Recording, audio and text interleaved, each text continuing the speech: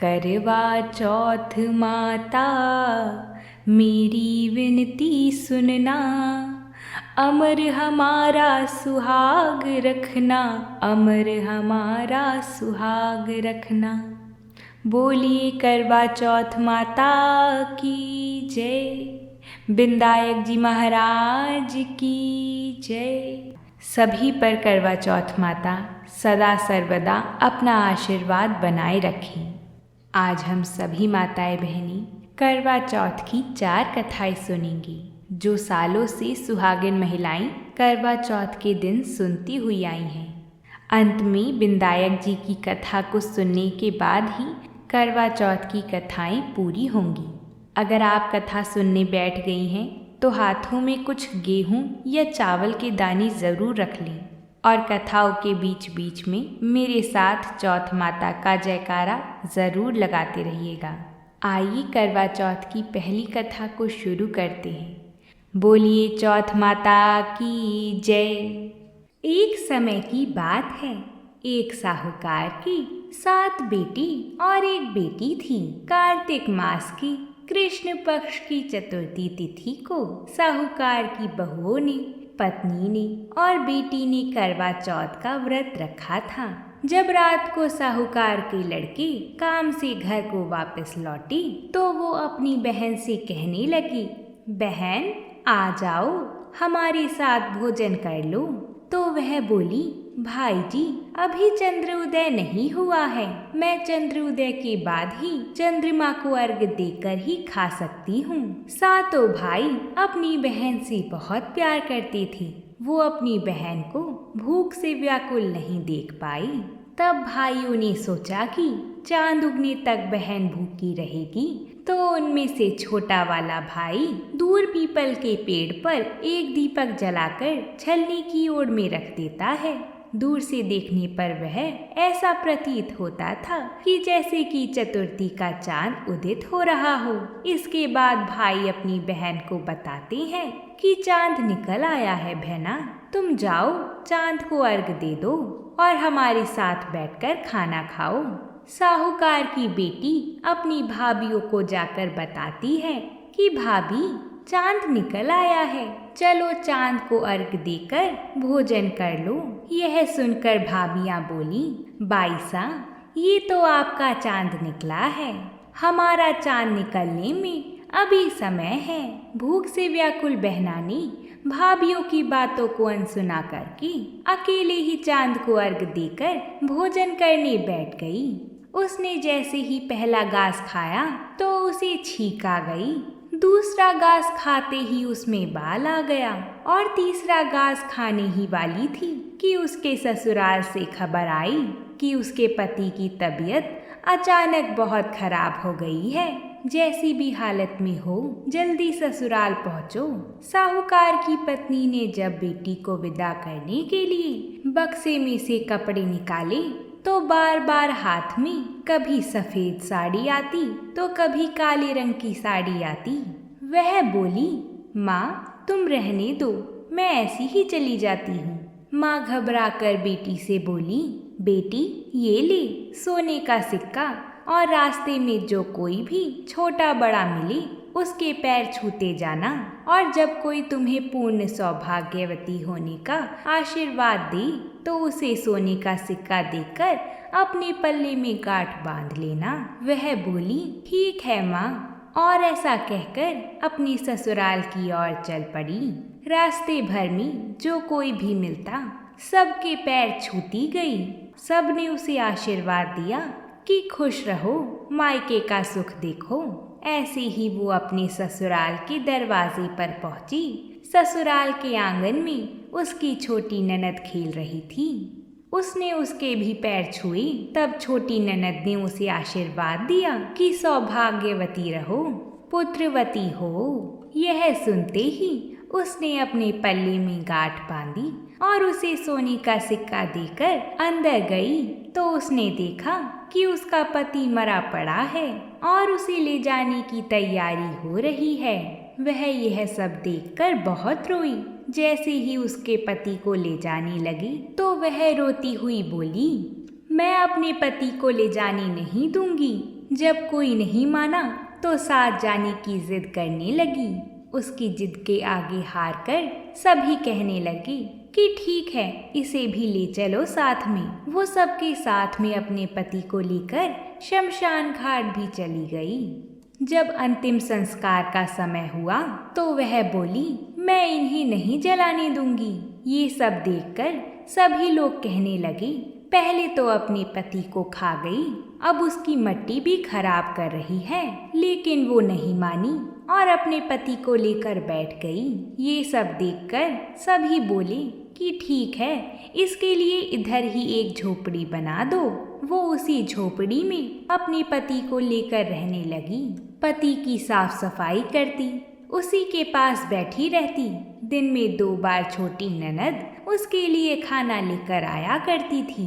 साहूकार की बेटी हर चौथ का व्रत करने लगी थी। चांद को अर्घ देती और चौथ माता की कहानी सुनती। जब चौथ माता प्रकट होती तो वह कहती कि करवोले भाइयों की प्यारी बहन करवोले, घड़ी बुखारी करवोले। तब वो चौथ माता से अपने पति के प्राण मांगती। तब चौथ माता कहती, हमसे बड़ी चौथ माता आएंगी तो उनसे अपने पति के प्राण मांगना। एक एक करके सभी चौथ माता आई और सभी यही कहकर चली गईं। अश्विन की चौथ माता आई तो वो बोली कि तुझसे कार्तिक की बड़ी चौथ माता नाराज है। जब वह आएंगी तो तुम उनके पैर पकड़ लेना और अपने पति के प्राण उनसे मांगना।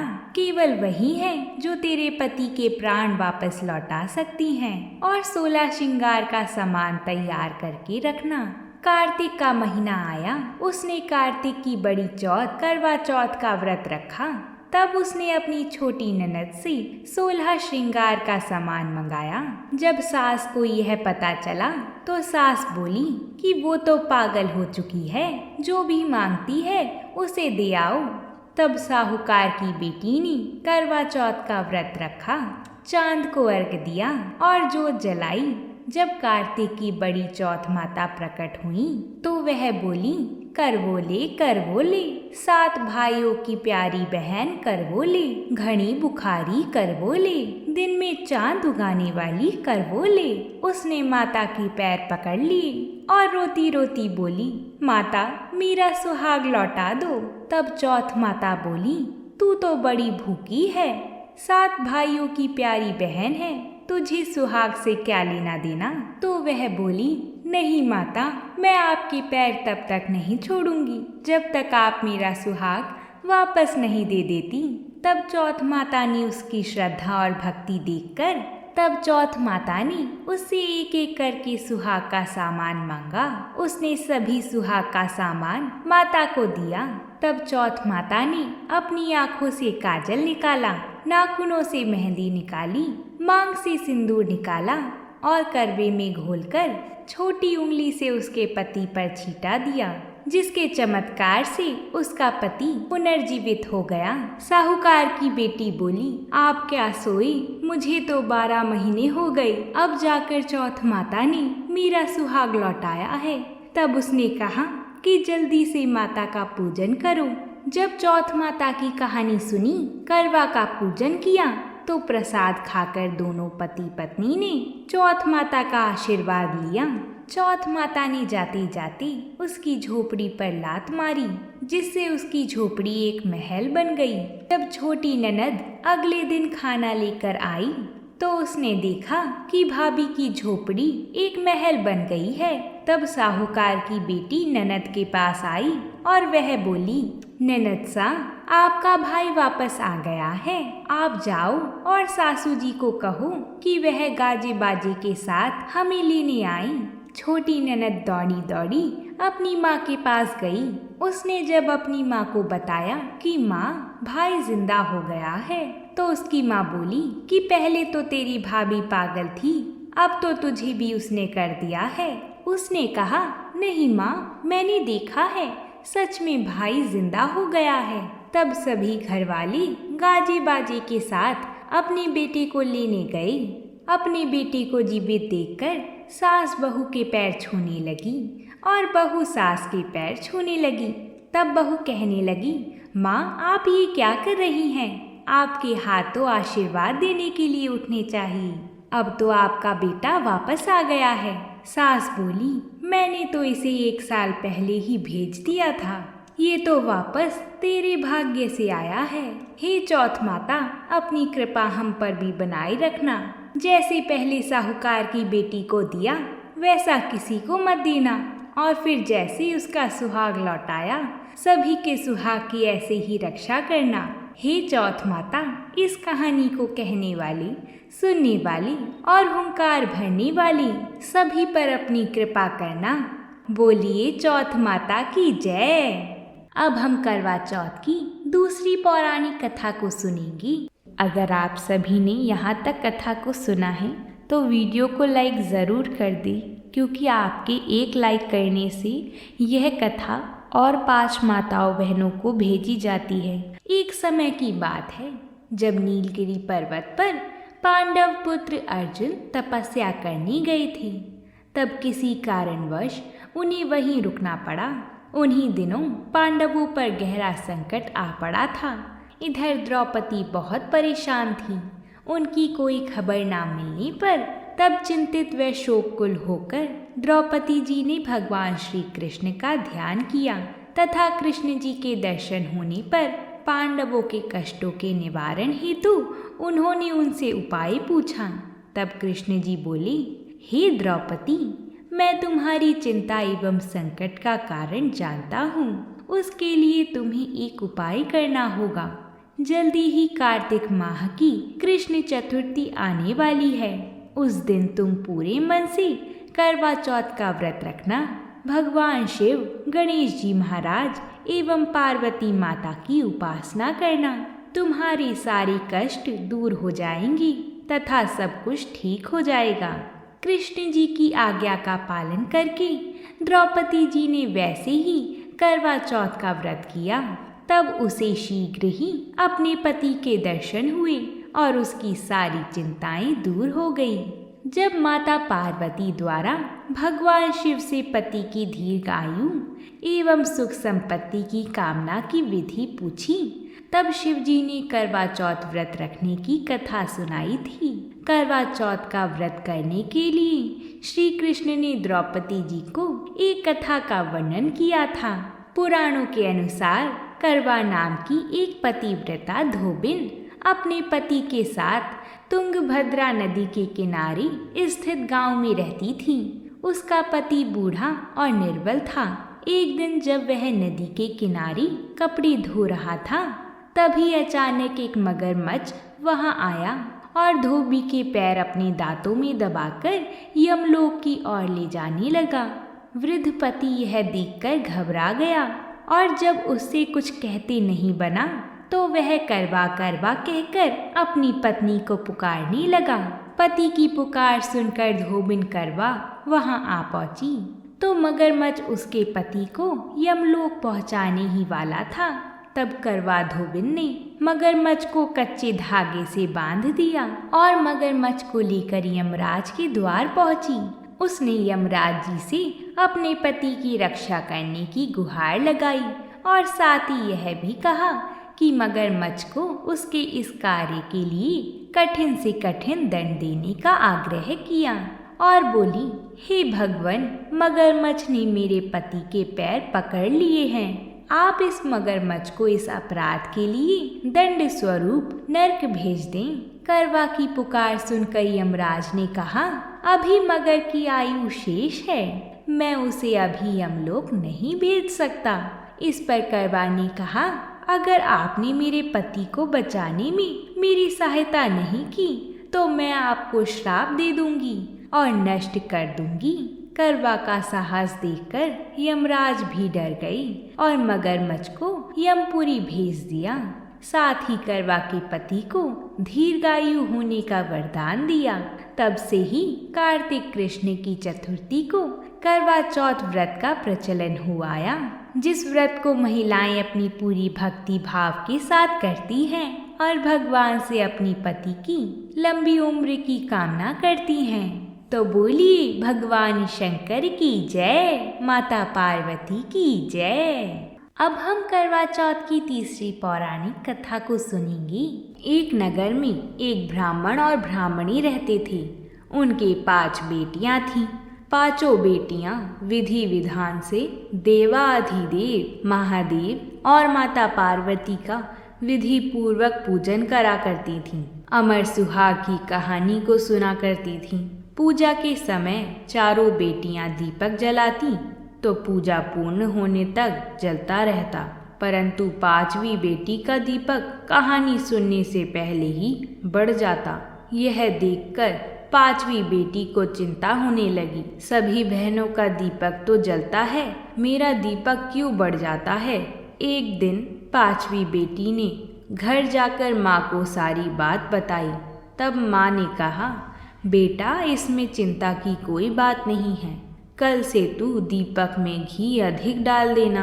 बेटी ऐसा करने लगी। कुछ समय पश्चात ब्राह्मण ने 5 बेटियों का विवाह कर दिया। चारों बेटियों के घर में अन्न धन के भंडार भरे थे, परंतु 5वीं बेटी की आर्थिक स्थिति थोड़ी कमजोर थी। उसका पति जंगल से लकड़ी काट कर लाता और उसी से उनका गुजर बसर होता, परंतु 5वीं बेटी संतोषी व बहुत समझदार थी, कभी किसी से शिकायत नहीं करती थी। विवाह के बाद भी महादेव और माता पार्वती का पूजन किया करती थी। एक दिन उसका पति कम लकड़ियां लेकर आया तो उसने पूछा, क्या हुआ जी, आज लकड़ी कम लाए हो? तो पति ने कहा, आज मेरी तबीयत खराब है, मुझे बुखार है। दूसरे दिन लड़की ने पति से कहा, आज आपकी तबीयत ठीक नहीं है, आज मैं भी आपके साथ चलूंगी। उसने सास ससुर से आज्ञा लेकर पति के साथ चल पड़ी। जंगल में पति की तबीयत खराब हो गई और साथ ही उसी समय उसकी मृत्यु हो गई। लड़की जंगल में अकेली थी, कोई मदद के लिए भी नहीं था। पति का सिर गोद में रखकर विलाप करने लगी। रोते रोते भगवान शिवजी और माता पार्वती को पुकारने लगी, हे महादेव, हे माँ पार्वती, मैंने सदैव आपका ध्यान और पूजन किया है, आपके सिवा मेरा कोई नहीं है। मैं घर जाकर अपने बूढ़े सास ससुर को क्या कहूँगी। लड़की का विलाप और सच्ची भक्ति देखकर माँ पार्वती ने कहा, हे प्राणनाथ, इस निर्जन जंगल में हमें कौन पुकार रहा है, हमें उसकी रक्षा करनी चाहिए। माँ पार्वती उस जंगल में गईं और उस लड़की से पूछा, क्या हुआ बेटी, तुम क्यों रो रही हो?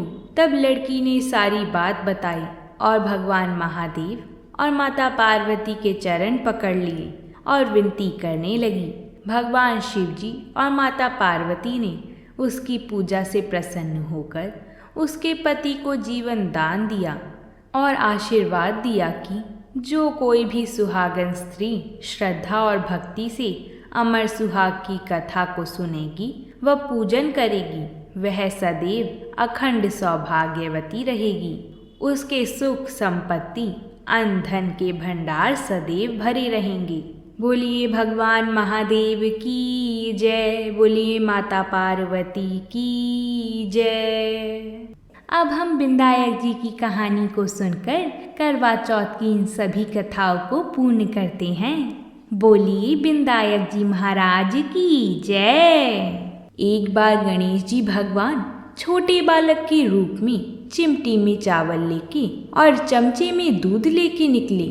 वो हर किसी से कह रहे थे कि कोई मेरी खीर बना दो, कोई मेरी खीर बना दो। वहाँ पर एक बुढ़िया माई बैठी हुई थी। उसने कहा, ला मैं बना देती हूँ। वह छोटा सा बर्तन चढ़ाने लगी तो गणेश जी भगवान ने कहा कि दादी माँ, छोटी सी भगोनी मत चढ़ाओ, तुम्हारे घर में जो सबसे बड़ा बर्तन हो वही चढ़ाना। बुढ़िया माई ने गणेश जी का मन रखने के लिए बड़ा बर्तन चढ़ा दिया। वह देखती रह गई कि वो जो थोड़े से चावल उस बड़े बर्तन में डाले थे वह तो पूरा भर गया है। गणेश जी ने कहा, दादी माँ मैं नहा धोकर आता हूँ।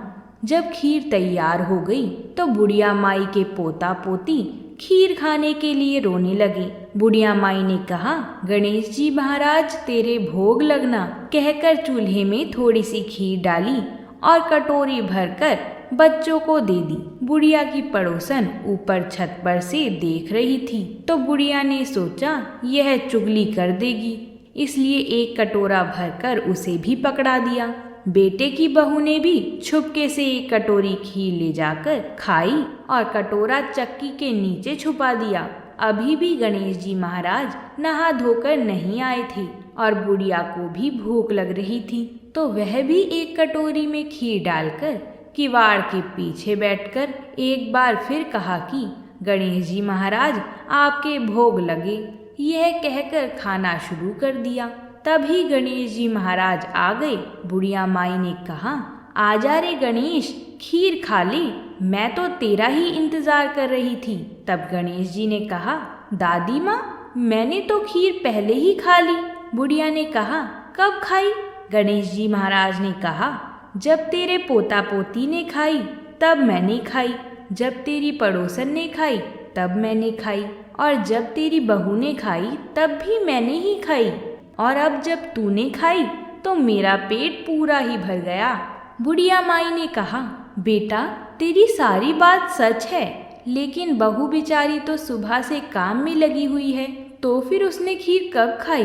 गणेश जी महाराज ने कहा, चक्की के नीचे देख झूठा कटोरा पड़ा है, तूने मेरा भोग तो लगाया, वह तो बिना भोग के ही खीर खा गई।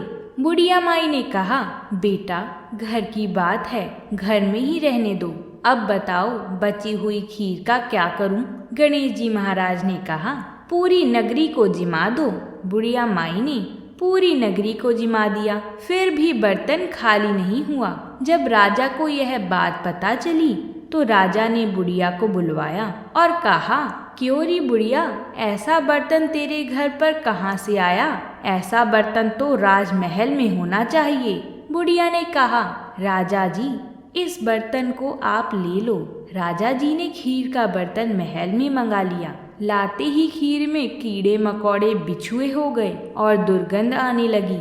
यह देखकर राजा ने बुढ़िया से कहा, बुढ़िया बर्तन वापस ले जा, जा तुझे हमने दिया।